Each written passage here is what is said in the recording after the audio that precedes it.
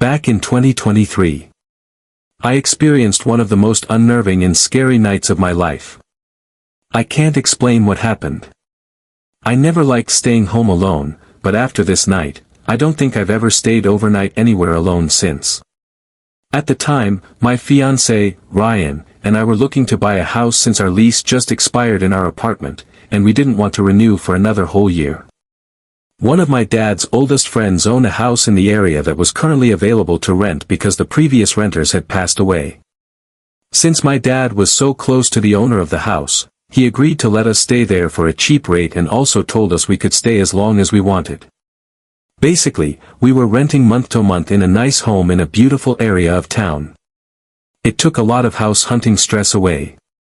The only downside for me was that I wasn't thrilled about moving into a house where both residents died within a few weeks of each other inside the house. They were old, so it wasn't like a vicious death or anything. But still, I didn't love the idea. It didn't bother Ryan at all. He was excited about the low price tag of the house.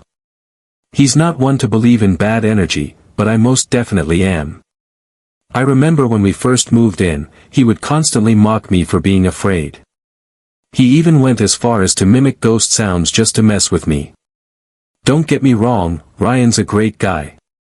I know I'm painting a picture of him being a jerk, but he's always just joking around.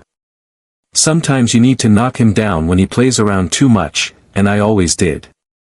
When we first moved in, it had this awful tan carpet all throughout the house. My dad's friend told us that he was having someone come over to tear out the carpet and put in hardwoods because the carpet was stained all over the place on top of just being ugly. In the living room, there was a giant dark stain on the carpet. The first day we moved in, Ryan asked my dad's friend if he knew where the stain came from, and he shared information I wish I hadn't heard. It's really sad. The woman fell, hit her head on an end table, and the stain was from the blood. They think that was what led to her passing.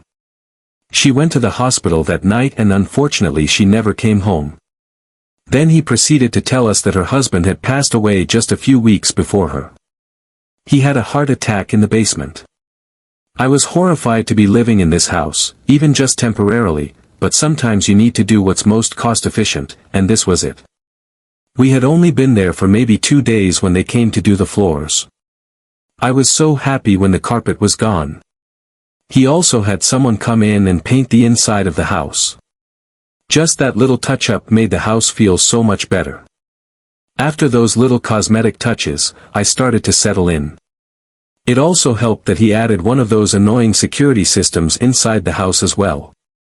Every time you open the door, you get the automated voice saying, "Front door open." It got old very fast. Even though it was annoying, it did make me feel better. It was a little over a month of being there and Ryan was leaving for the weekend. It was his bachelor party.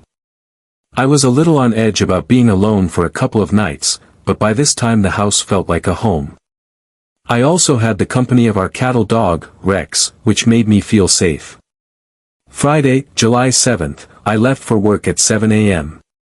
I kissed Ryan goodbye because he was heading out a few hours later and wouldn't be back until Sunday afternoon. I got home that evening and felt a little off. I was positive that I was just feeling anxious because I was alone. I ordered myself Thai food since Ryan hates it and it's my favorite. I put on The Office and just watched my feel-it show until I started getting tired. I think it was close to midnight and I began to hear this weird noise coming from the basement. This was an older house, so I just kept telling myself that the house is creaking. I turned off the TV and started heading into the bedroom. That's when Rex ran to the basement door and started barking. This was not normal behavior for Rex. He was protective but quiet. He didn't really bark a lot. He mostly howled when he would get vocal. But on this night, he was barking. He sounded tense, like something was wrong. I tried consoling him, but he wouldn't calm down. I don't know why I did this, but I slowly opened the basement door and turned the light on. Rex stopped barking and started to growl. I was going to go down and just make sure everything was okay. And then I remembered that the old man died down there. I know it sounds crazy, but that freaked me out. I felt frozen at the top of the stairs. I couldn't even look. I tried taking a picture of the basement from the top of the stairs, but it was just too dark down there to see anything. I was too scared to go down there myself and look, especially with Rex losing his mind. I shut the door and went to the bedroom. Eventually, Rex calmed down and joined me in the room. He wasn't barking or growling anymore. Instead, he stayed at the bottom of the bed, staring at the door all night. It was like he was on high alert. This scared me more than his barking. I slept horribly that night. I expected someone or something to run into my room at any moment. I made my coffee in the morning and got ready for the day. I planned on catching up on some chores around the house that I had been neglecting. I gathered all my laundry, and when I made my way to the laundry room, I freaked out. This may seem small and trivial to some, but it freaked me out like you can't even believe. The washing machine was sticking out from the wall several feet. Not just a little wiggle, this thing was nearly in the middle of the room. At first, I ran out of the room. I couldn't figure out how or why something like that could happen. Once I composed myself, I went back to the washer and checked it out. Other than being in the middle of the room, nothing else seemed out of place. I moved it back to where it was, and it wasn't easy. This was a heavy unit. I felt like I should have heard it moving. Even though I was completely on edge, I continued with everything I had planned for the day. I called Ryan and told him about everything. I could tell he was skeptical and apprehensive, but he still believed me mostly and was concerned. He's just one of those people who believes everything can be explained by something. That's probably true in this situation as well, but I still couldn't shake these nerves and that horrible feeling brewing inside. He told me they were heading home first thing in the morning and that he would be back sometime in the late morning, which was at least earlier than they originally planned. Saturday night was a lot like Friday night. I got some food, cuddled up with Rex on the couch, and watched The Office. It was 9:18 that night, and I heard something loud outside the house. It was loud enough that it made me jump. Even with the TV super loud, it sounded like an explosion. Then I got a notification on my phone from the garage camera. I pulled it up and there was a video. My garage door was open in the video, which is crazy. We literally never use the garage door. We only use the garage for storage. We didn't park in it because we both had bigger vehicles. In the video, you can see flashes coming from the driveway. The video doesn't do it justice, though. It just sounds like fireworks. I opened the door from the house that led to the garage.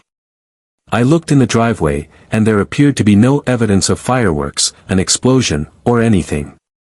It was the strangest thing. I saved the video and closed the garage door. Trying to get comfortable in bed after that was not easy. After the incident in the driveway, my heart was racing because I had no idea what had just happened. My brain was confused because I couldn't even process why I was scared. I couldn't tell if I was scared of something insidious in the house that I can't see or if there was someone actually messing with me.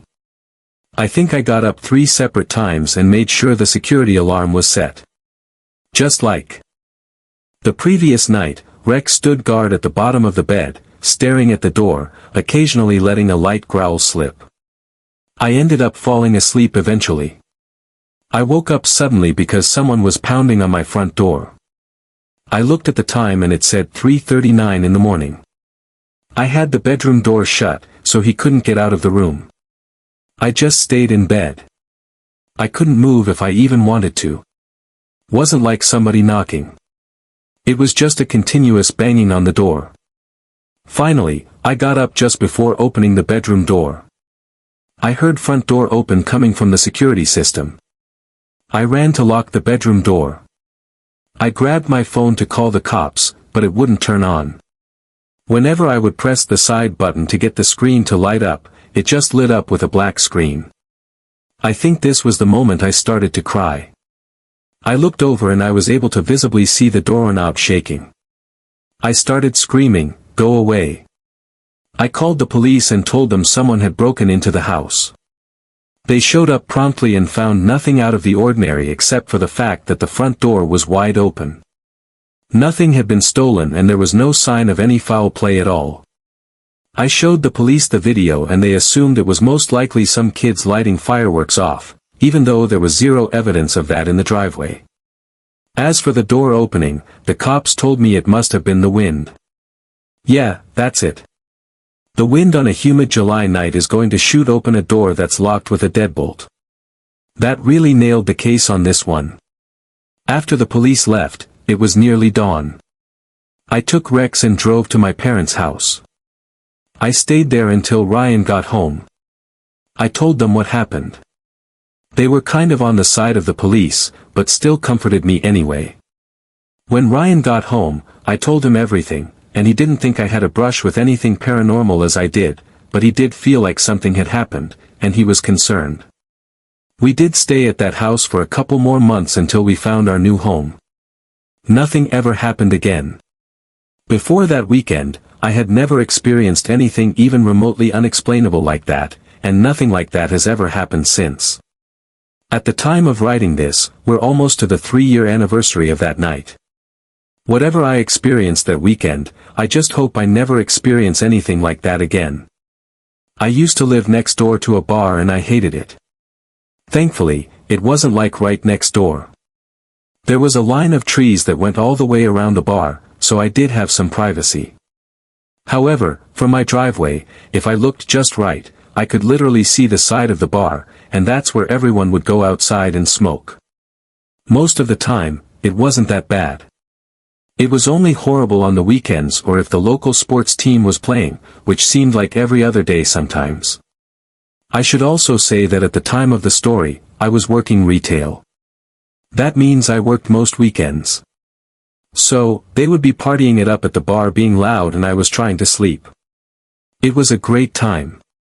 Out of all the annoying nights I dealt with, and there were many, one night specifically still sticks with me and is probably something that will haunt me for the rest of my life. It was a Saturday night and my best friend Isla was coming over. She's like a sister to me. We've been friends since elementary school and still are to this day. Around the time of this story, Isla was working hard trying to set me up with anybody. This was kind of before all the dating apps became popular. The apps would have really helped me break the ice.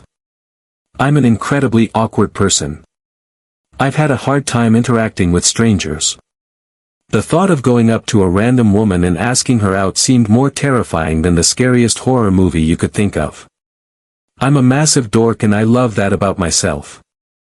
I love my comic books, my collectibles, and more than anything, just relaxing at home.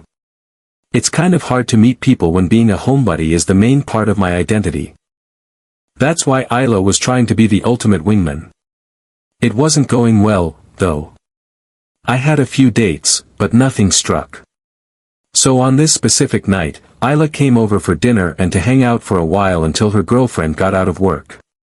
We had a great night. She gave me some of her classic Layla dating tips to try out next time I go on a date.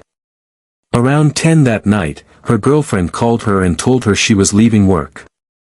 I walked Isla to her car and said goodbye. As I watched her drive away, I heard loud noises coming from the bar.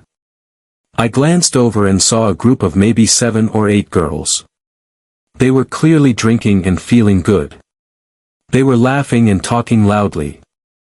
I could clearly hear every word one of the girls was saying to her friend. I shook my head and just as I was getting ready to turn around and walk back inside, I noticed one of the girls looking in my direction.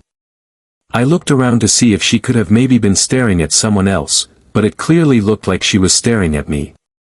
I didn't react because I still wasn't sure if she was looking at me or something else. All the women outside started to head back into the bar, but this woman stayed back a little bit. It was like she wasn't with the group of girls even though she was standing with them. Then she waved. She had to have been waving at me. There was literally no one else around. I didn't wave back at first. Then she started waving more aggressively. I hesitantly waved back and she reacted by blowing a kiss in my direction. All I did was smile and go inside. Clearly, it was just a woman at the bar who may have had one too many drinks. After the weird interaction outside, I went in and started playing video games since I had a weekend off for once. I couldn't think of a better way to spend the evening. Around 1:30 that morning, I heard a knock on the door. I paused the game I was playing. I heard the gentle knock again. I wasn't that freaked out because of the close proximity to the bar. I've had people show up at my doorstep before. Some people in this town really like to party. I was used to weird things like this happening. Just in case it was something serious, I got up and looked out the small window next to the front door. Nobody was standing there. At that moment, it pretty much confirmed that it was just someone from the bar being an idiot. My heart was racing a little bit just because hearing a knock at the door at that hour is always a little jarring. I didn't get back on my game right away. I was sitting in my front room reading something on my laptop. I would say maybe 15 minutes had passed since I heard the knock. And I got up to look out the window one more time just to confirm nobody was outside. When I looked out the window, I didn't see anybody, but I did notice that the light inside my car was on. When I focused a little harder, I could also see that my driver's side door was slightly open. Again, I wasn't that scared. I was angrier than anything else. It wouldn't be the first time that someone from the bar tried to break into my car and steal something. The joke was on them because I didn't keep anything valuable in my car. The last time this happened, the light inside my car was on all night and my battery died the next morning. I didn't want that to happen again. I unlocked the front door, went outside, and made my way to my car. I looked in the back seat just to make sure nobody was camping out back there. Once I realized nobody was in the car, I locked it and headed back inside. Once I got inside and locked the door, I realized I could smell something. It was like a lavender perfume or something. It could have been Isla, but she isn't the perfume type, and I don't think the smell would have lingered that long. My thought was that whoever accidentally knocked on the door was probably wearing too much perfume, and the smell was still lingering on the front porch. I finished what I was doing on the computer, shut down my video game, and decided to finally head to bed. I still felt a little anxious about everything that happened, but I wasn't scared. I put on a movie in bed and tried to drift off. I don't know exactly how much time had passed until I heard something. I turned the movie off so I could hear better. I thought I could hear someone running around the house outside my room. Sounded like light, delicate footsteps, but they were moving rapidly. I moved closer to the door to listen. I heard the sound of giggling. It was a soft feminine giggle. When I heard the giggling and unmistakable sounds of running around, I completely shut my cracked bedroom door and called the police. I told them that someone broke into my house, most likely somebody from the bar next door. While I was waiting for the police, every minute felt like an hour. Eventually, I didn't hear the running around anymore. I quietly got up and left the bedroom. I grabbed one of my dad's golf clubs from my closet and started slowly walking through the house. When I got to the kitchen, I froze completely. Just standing in my kitchen was a small blonde woman staring out the window. She was wearing an old-looking tattered pink dress. Then it hit me. This was the woman from the bar who waved at me earlier that night. Before I could even react, she said while still looking out the window, "Hey buddy, I know you're there." Then she snapped around quickly and stared directly at me. Then she started to run at me. I ran to the bathroom, shut the door, and locked it. She kept knocking on the bathroom door, begging me to open it. It wasn't long after this that the police showed up. They were inside the house and knocking on the door. I opened the door and only saw the officers inside the house. I looked down and right outside the bathroom was one of my steak knives from the kitchen. After leaving the bathroom, we noticed that the back door was also left open. We figured that she must have run out the back door. The next day, we went to the bar and asked them if they remembered anybody who fit that description, and the owner knew right away. He told us that she was dirty and apparently bothering the guests. Eventually, he had to throw her out of the bar. She was lingering outside for a while, but once he threatened to call the police, she disappeared. After that night, I never saw her again. Thank God. I don't know why she targeted me. Maybe she was just crazy and homeless. Maybe she was on drugs. I spent a while trying to figure out how she got into the house. The only time I could think of is when I went outside to shut my car door. She had to have been hiding somewhere near the door and ran inside when I wasn't looking. I'll never forget that night. Thankfully, nothing serious happened and I'm able to tell my story. I just hope that this woman got the help that she needed and that she isn't terrorizing more people. I've spent most of my life being alone. That's not a knock on anybody in my family or past relationships. It's just that I've always thrived when I'm alone. Whenever I date, I end up breaking off the relationship before it gets too serious. This isn't a pity party either. That's the way I've always liked it. Being able to focus on myself, I've been able to build my company and find success. My job allows me to travel all over the world and meet people from every walk of life. Basically, I'm kind of like an interior decorator. I meet with clients, talk about ways to design rooms, and help them achieve their vision. I'm currently in my mid-30s, and for the first time in my life, I have a roommate. Last year, something happened to me, and now I never want to be home alone again.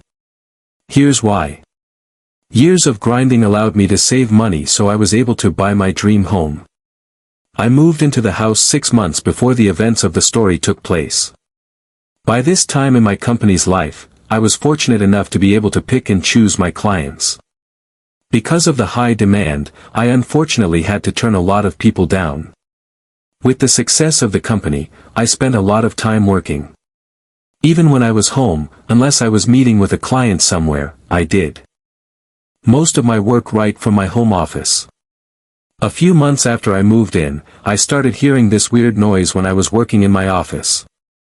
I didn't hear it all the time, just sometimes. The noise was like a shuffling sound.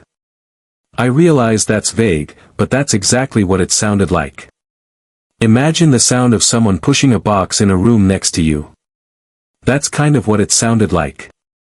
The shuffling was always brief, but loud enough that it would break my concentration whenever I would hear it. The first few times I heard the noise, I ignored it and went back to work. Once it started happening semi-regularly, I couldn't ignore it anymore. One afternoon, when I heard the strange shuffling noise, I stopped working and went upstairs to investigate. I remember standing completely still, trying to hear anything I could, but it would always just be me standing there.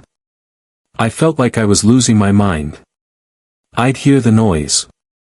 I would stop whatever I was doing and run around the house. Once I proved to myself that there wasn't anybody walking around upstairs. I thought that it had to be squirrels that must have gotten into the siding of the house. I remember when I was growing up, a bunch of squirrels got under the roof in my parents' house, and it would keep me up all night. Anybody who has had this happen to them knows how much of a pain this can be.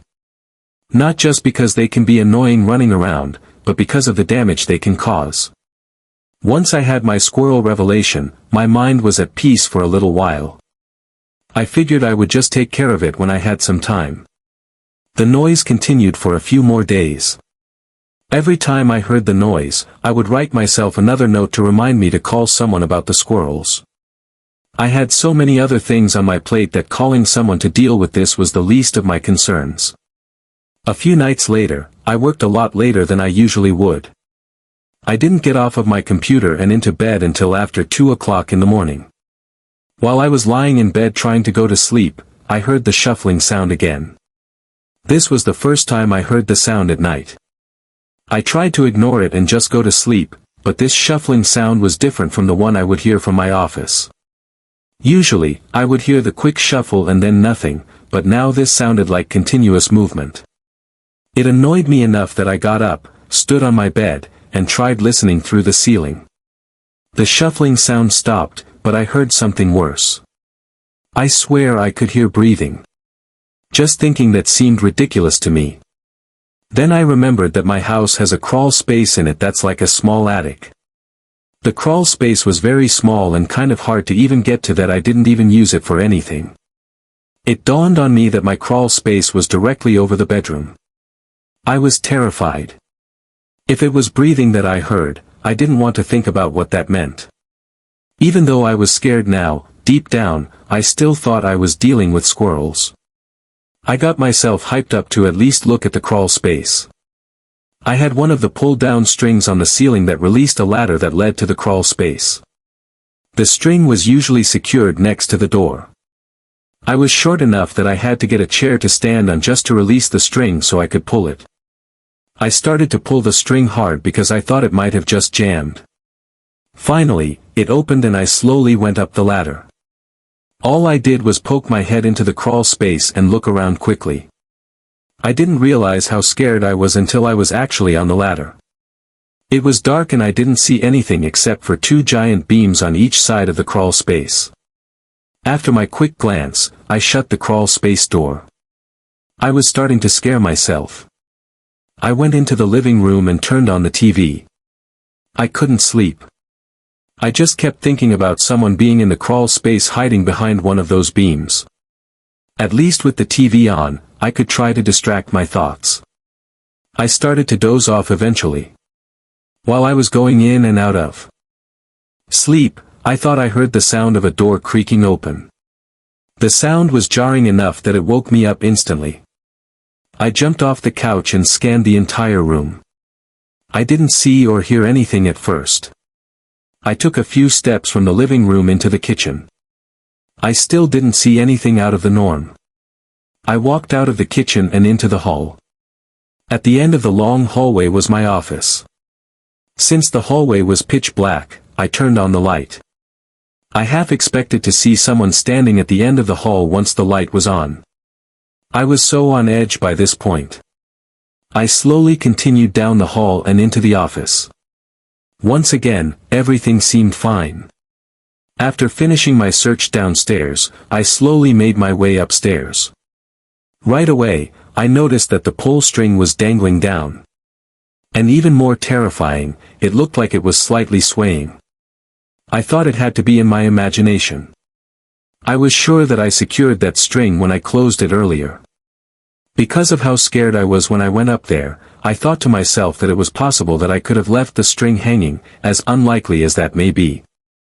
As I walked down the hall, I noticed my bedroom door was almost completely shut. I always leave it wide open. When I grabbed the door to open it, I noticed that the door made a loud creaking sound. I was terrified. This was clearly the sound I heard a little while ago. What I couldn't figure out is why. I turned on the bedroom light and the room looked exactly how I had left it. Just as I was about to leave the room, I noticed something on the floor right next to my bed. Looked like a small clump of dirt.